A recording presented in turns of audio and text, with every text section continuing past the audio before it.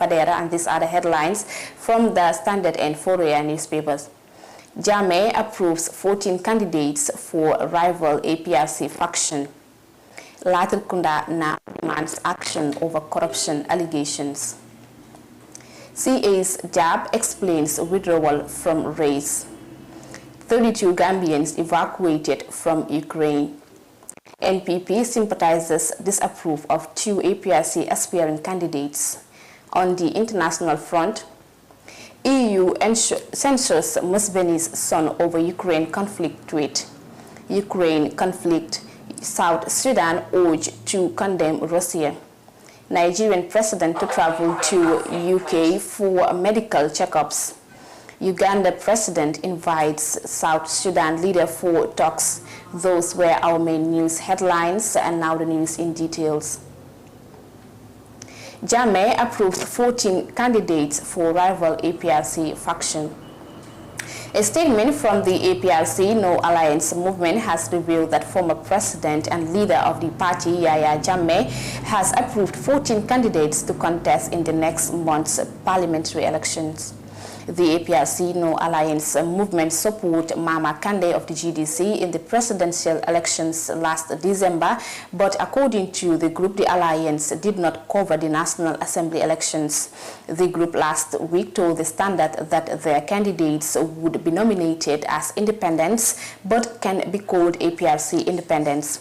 The following are the candidates and constituencies the group has confirmed for the elections: Fonyi Jarol Yaya Tamba, Fonyi Bondali Pa Demba Sane, Fonyi Kansala Almame Jiba, Fonyi Bintang Karanai Bakari K Baji, Fonyi Berfet Ami Koli, Kombo East Tairu E Baji, Bikama North awaiting details, Bikama South Buba Mane, Kombo South Babukar FM Koli, Busumbala Honorable Jereng Sanyang, Old Yundum Maimuna Tamba, Sane Mentoring Abdu Obaji, Sarakunda Abdu Kamara, Latrikunda Sabiji Omar Koli. Latrikunda Nam demands action over corruption allegations. In a rather curiously rare frank comment, the National Assembly member for Latrikunda Seiku Marong has said that Gambians will continue to associate the Barrow government with grift if it fails to act on mounting allegations of corruption within the public and civil service. Marong, a former UDP NAM who has since allied himself with the MPP, added that it cannot be business as usual when few individuals are soak the country for personal gains. There is a lot of the speculation going around and commissions set up. We want to see them in action. We are setting up all these commissions here and there every now, and I don't believe in that. Let the government of the Gambia act. If they want to stop all these speculations, let them take a stand, because if they don't act, Gambians will continue to say that this government is corrupt. So we expect the government to act as soon as possible, Marong said at Monday's adjournment debate. The Latrikunda Nam, who is seeking re-election on NPP ticket, also asks the government to come clear on the plight of Gambians in Europe and clear the air on the recent argument and contradictions by the Ministers of Interior and Foreign Affairs regarding the signing of a purported deportation agreement with Germany. We want the government of the Gambia to be clear and tell us what is happening. You cannot have the Minister for Interior saying this and the Minister of Foreign Affairs saying the other. We cannot operate like that. This is one government, he said. Marong also challenged the government to swiftly act to address the unprecedented hiking of price of basic commodities, arguing that the liberal market policy has failed to address the extremely high inflation. APRC names candidate for April's elections. The APRC is a former ruling party and now ally of President Barrow's NPP has revealed that the names of its 7 candidates for next month's National Assembly election. The party will contest the 5 phony seats alongside Jeswang and Bundung. A statement issued by the party yesterday named the candidate as follows: Jeswang Sirif Sar Bundung Suleiman Jammeh Foni Jarol Sankung Jammeh Foni Bondali Kadi Kamara Foni Kansala Musa Amul Nyasi Foni Bintang Momodu Kamara and Foni Brefet Ibukoli. CS Dab explains withdrawal from race. Citizen Alliance's Rafi Diab has been speaking to the Standard about his withdrawal from the race of the Bakau parliamentary seat. Mr. Diab said he has learned that under the current constitution, he is not eligible to contest the National Assembly elections because he has dual citizenship. I saw in the form that I am not qualified because a candidate while holding 2 nationalities. So that's why I made the announcement that I am not contesting anymore, he told the Standard. While some are left disappointed by the decision, critics of Diab said that he should have known from the onset that as a dual citizenship holder, he was never going to make a cut for the National Assembly elections instead of taking his supporters and well-wishers on a ride. I am not an encyclopedia that knows everything. You cannot assume that I must have known. I don't read that part. Human beings learn every day.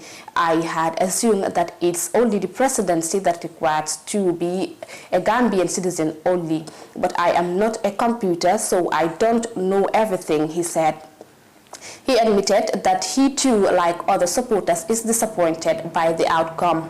I am disappointed, but this is what the law says. I am not going to go against the law. I only made an announcement. I haven't even gone to the IEC to register. It was just an announcement that I made and later discovered that I am not qualified. So for people who are disappointed, I am really sorry, he said.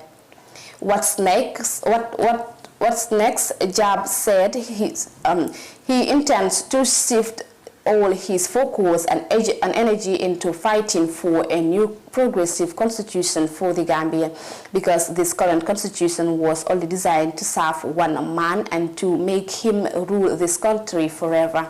This is why we need a new constitution.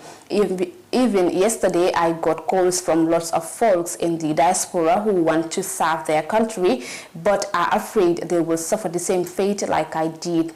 Honestly, we are not at fault here. It's the constitution that needs to be changed, he said. He also promised to work to tirelessly help aspirants of the CA party in their campaigns. He said the CA needs some seats in the parliament to further its agenda and play its role in driving the Gambia towards the promised land. 32 Gambians evacuated from Ukraine.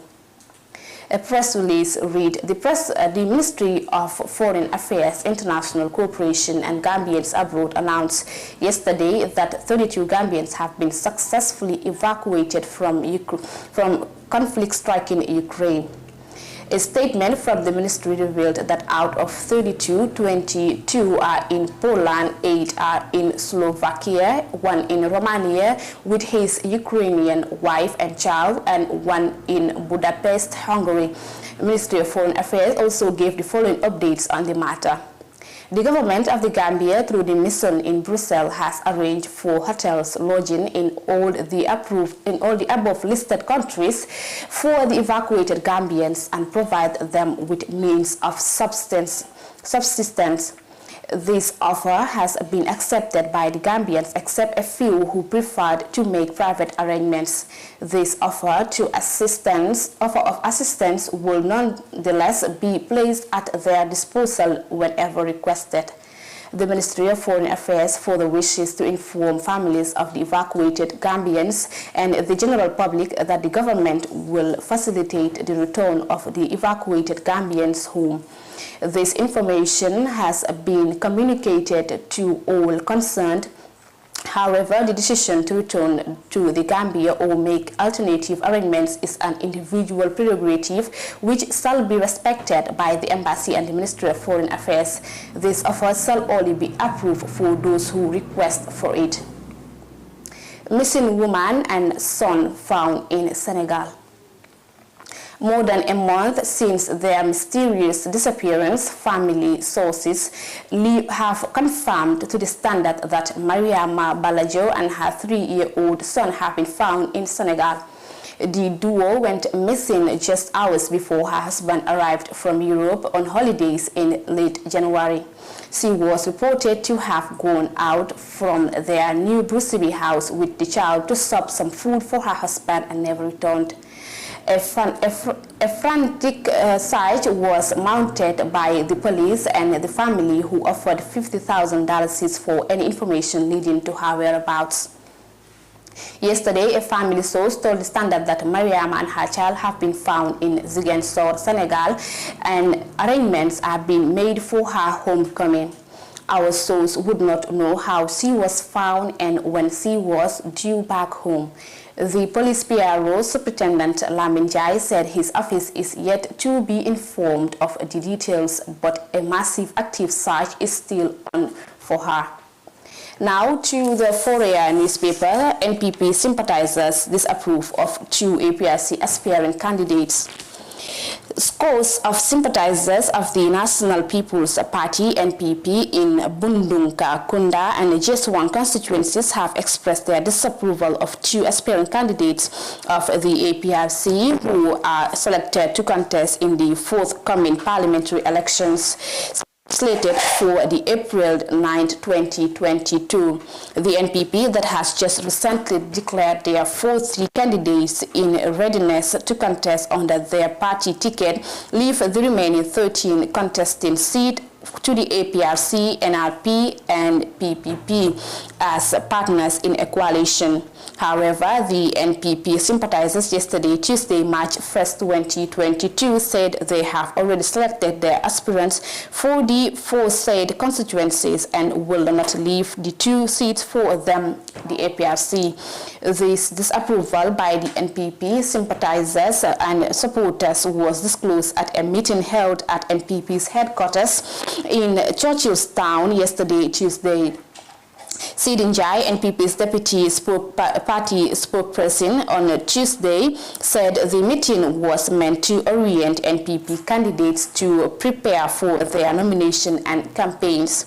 The meeting, however, turned chaotic when Sidin Jai declared that the NPP did not put forward candidates for the Bundunka, Kunda, and Jeswan constituencies. The would-be NPP sympathizers and supporters from Bundunka, Kunda, and Jeswan constituencies insisted that they have already nominated their candidates who will be contesting for the 2022 parliamentary elections in their area and will not allow anyone drop them for anyone. The commotion was expected from the supporters because we know the selecting candidates for elections is never easy.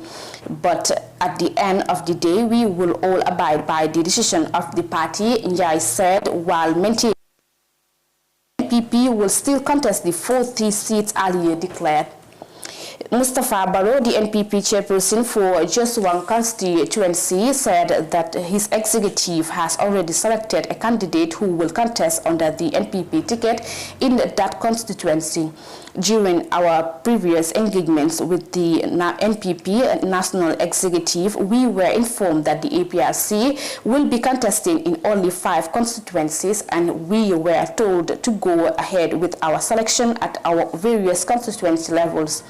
We cannot understand the sudden dramatic change, he said. Barrow urged the APRC candidate contesting in the Jeswan to withdraw his candidature, otherwise there will be a clash.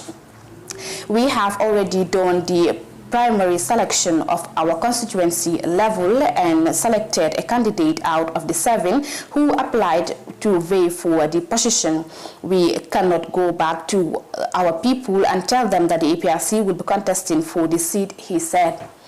Councillor Suleiman Jammeh, the aspiring candidate for Bundung Kakunda constituency under the APRC ticket, said he has no problem with the NPP contesting against him in Bundung. I am not withdrawing my candidature. I am ready for the battle, and the voters in my constituency will decide at the end of the day, he said.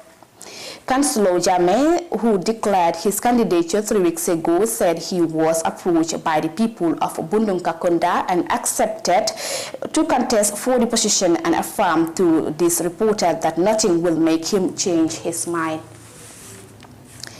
And now to our last story on the national news here on the Fadera newspaper. MOBSI resolves area issues with WAEC. The press release read, in a press release issued by the Ministry of Basic and Secondary Education, MOBSI, an amicable resolve on the issue of areas between them and the West African Examination Council, WAEC, has been met following a successful virtual meeting. From the press release, the ministry informs Regional Educational Directorate, school principal, parents, and the general public that the 2022 GABES and WAS exams will be conducted in the country as planned. The students have been cleared for these exams. Regional Educational Directorate, school principal, parents, students, and general public are hereby informed that the Gambia will conduct the 2022 GABES and WAS exam as planned, the MOBSI press release indicated. This development, as indicated by MOBSI, came following a successful virtual meeting with its stakeholders, including the Ministers of Basic and Secondary Education, Finance, and WAEC. MOBSI would like to thank the leadership of the Ministry of Finance and Economic Affairs, WAEC, and all other stakeholders for their continuous support, understanding, and partnership, MOBSI said in their release. The Gambian government is committed to continuously improve quality education service delivery. If listeners can recall, the Education Committee of the Assembly last week engaged MOBSI and Finance Minister and other stakeholders with a view to facilitate the payment of arrears owed by the government to WAEC amounting to $11 million as appointed by the ministry. During the engagement, stakeholders advanced reasons for the said arrears, which were non-payment of appointed dues for the operations of WAEC dating back 2004, and assured that all efforts will be made to come out with plans with a view to resolve the issue. The Minister of Finance, Mambre Njai, during the parliamentary engagement, said Gambia has received complaints of payments of its exam subscriptions, and assured that his ministry and MOBSI will work towards addressing the arrears. MOBSI Minister Claudiana Cole, during the same engagement, added that because WAEC wants them to come payment, they decided to take this deliberate sanction to say they do not pay, something is going to happen, and this they will not allow to happen as a government. And from the BBC, EU censures Museveni's son over Ukraine conflict tweet. General Muhoozi Kainerugaba is the commander of Uganda's land force. European Union (EU) diplomats have condemned the powerful son of Uganda's President Yoweri Museveni, Lieutenant General Muhoozi Kainerugaba, for expressing support for the Russian invasion of Ukraine. General Kainerugaba had on Tuesday tweeted that the majority of mankind that are non-white support Russia's stand in Ukraine. Putin is absolutely right. The deputy head of the European Union delegation in the neighboring South Sudan termed the comment as unacceptable. Dionys Hochel suggested Uganda may face unexplained consequences if it formally supports Russia's invasion of Ukraine. We condemn this statement. We expect sensitivity and we expect countries of this region to be aligned with the EU and like-minded countries to adopt the UN resolution condemning the Russian attack on Ukraine, Mr. Hochel told reporters in the capital, Juba. The United Nations General Assembly will on Wednesday vote on the resolution censuring Russia over its invasion of Ukraine. Still on Ukraine conflict, South Sudan urged to condemn Russia. South Sudan is yet to issue a position on Russia's invasion of Ukraine. Western diplomats in South Sudan have urged the country to support a new resolution condemning the Russian invasion of Ukraine. The United Nations General Assembly will on Wednesday vote on a resolution censuring over Russia over its invasion of Ukraine.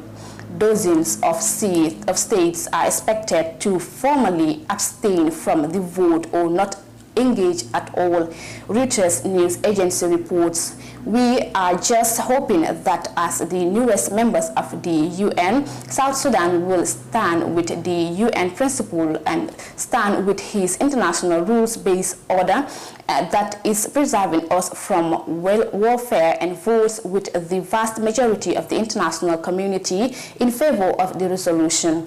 Mark Thiriet, the French ambassador to South Sudan, told reporters in the capital, Juba. The South Sudan government has not yet responded to the diplomats' call. Juba has neither condemned nor supported Russian aggression since the conflict broke out last week. Nigerian president to travel to UK for medical checkups. Muhammadu Buhari has been criticized for seeking treatment abroad. Nigerian President Muhammadu Buhari is expected to travel to London for medical checkups for approximately 2 weeks, local media reports. The president has been criticized for failing to transfer power to his deputy and on an interim basis of constitutionally expected. Mr. Buhari has also been heavily criticized for seeking treatment abroad while Nigeria's healthcare system suffers from mismanagement and underfunding. The Nigerian president arrived in Kenya on Tuesday to attend the United Nations Environment Assembly, UNEA, and celebrate the 50th anniversary of the United Nations Environment Program. He is expected to leave Kenya and head straight to London. Ugandan president invites South Sudan leader for talks. The leaders will discuss the 2018 revitalized peace agreement. Ugandan President Yoweri Museveni has invited South Sudan leader for talks on the peace process in their country. The meeting will bring together President Salva Kiir, Riek Machar, and 4 other vice presidents to discuss the evaluate the implementation of the 2018 revitalized peace agreement. The leaders are expected to discuss the challenges facing the implementation of the peace deal. Observers say most provisions of the agreement are yet to be implemented, including the graduation of the unified security forces. Okay, viewers, that's all the news we have for today. But before that, let's take a quick recap of our main stories. Jammeh approves 14 candidates for a rival APRC faction. Latrikunda Sabiji Nam demands action over corruption allegation. CA's DAB explained withdrawal from race. 32 Gambians evacuated from Ukraine. NPP sympathizers disapprove of 2 APRC aspiring candidates. On the international front, EU censors Museveni's son over Ukraine conflict tweet. Still on Ukraine conflict, South Sudan urged to condemn Russia. Nigerian president to travel to UK for medical checkups. Ugandan president invites South Sudan leaders for talks. Those were our stories for today. Thank you so much for watching. Do join us on Friday for same time, same place for more news. Until then, stay tuned and enjoy the rest of our programs. Bye for now.